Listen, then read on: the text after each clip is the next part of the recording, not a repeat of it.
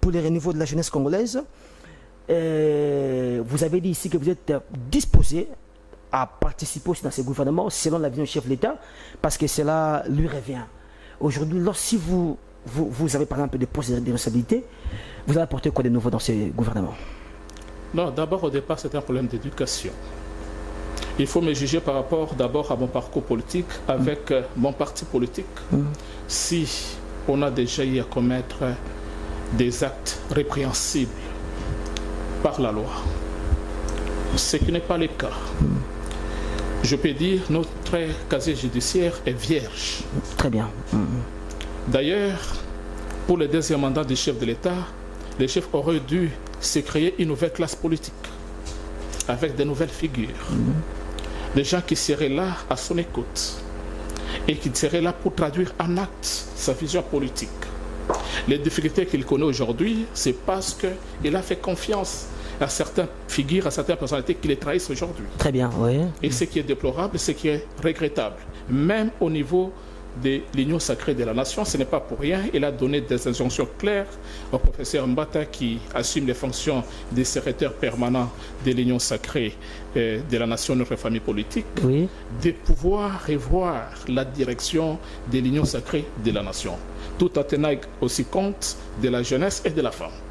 Très bien. Moi, je pense que si ces principes est respecté, nous allons nous retrouver, que ce soit au niveau du présidium de l'Union sacrée de la nation, que ce soit au gouvernement de l'Union nationale, et à tous les niveaux. Très bien.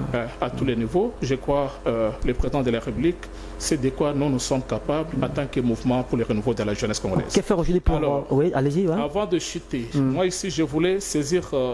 cette opportunité que vous m'offrez de pouvoir m'adresser particulièrement à nos députés nationaux. Allez-y, très bien. Oui, la caméra est à face. Ouais. Vous savez, nous sommes dans une situation de crise politique, une crise de guerre. Nous sommes agressés.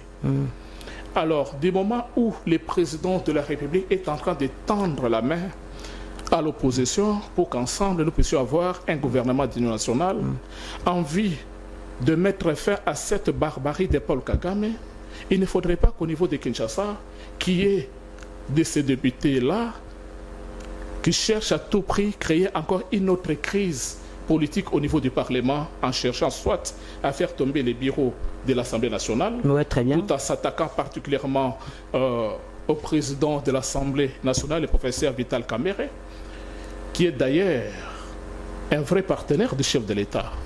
Ça ne sera pas intéressant qu'on voit soit au niveau du bureau du Sénat, qu'on puisse s'attaquer encore au bureau ou perturber ce qu'il y a. Moi, je pense que ce que nous devons faire, ou ce que les députés sont censés faire, c'est de consolider d'abord ce que nous avons. Oui. De consolider cette cohésion qui existe déjà au niveau de notre propre famille politique, qui est l'Union sacrée de la nation. Pour la petite histoire. Oui, vas-y. Vous savez, peut-être les gens ont la mémoire courte. Aujourd'hui, les gens ont l'impression comme si c'est eux qui aiment beaucoup plus les chefs de l'État. Mais s'il y a quelqu'un qui peut se taper la poitrine, c'est bien le professeur Vital Kamerhe. Pourquoi je l'ai dit? Oui. Parce que, au moins lui, qui avait déjà été candidat aux élections présidentielles de 2011, mais en 2018, il a accepté de mettre en berne ses ambitions politiques. Et il a accepté d'être le directeur de campagne du chef de l'État, son Excellence Félix Antoine Tshisekedi Tshilombo, avec la création des CACH, c'est-à-dire UDPS et UNC. Pendant ces temps-là, tout cela aujourd'hui qui commence à criailler n'était pas avec Félix Antoine Tshisekedi Tshilombo. D'autres c'était FCC, d'autres c'était la Mouka. Oui. Vital Kamerhe a subi les humiliations qu'il a eu à subir. Il a fait la prison. Le chef de l'État lui-même a y amené ses enquêtes. Il a constaté que non, il n'était pour rien. Et Vital Kamerhe a retrouvé sa liberté. Très bien. Ouais. Il a été ministre de l'économie. Et aujourd'hui, il est président de l'Assemblée nationale. La question qu'il faut se poser pour ceux-là qui sont en train de l'indexer ou de chercher à les traiter des traîtres, est-ce que Vital Kamerhe ne remplit pas sa mission en étant au Parlement. Parce que certaines Pourquoi personnes... on cherche encore à fragiliser les pouvoirs du chef de l'État? La famille politique du chef de l'État... Ça a été le cas avec les Ilukamba à l'époque du FCC Cash. Ils ont trouvé que non, avec Kamerhe, il était devenu comme un obstacle qui les empêchait d'avoir le chef de l'État. Alors il fallait l'écarter pour fragiliser le pouvoir de Fachi. Et nous connaissons la suite. Aujourd'hui, Vital Kamerhe se retrouve comme président de l'Assemblée nationale.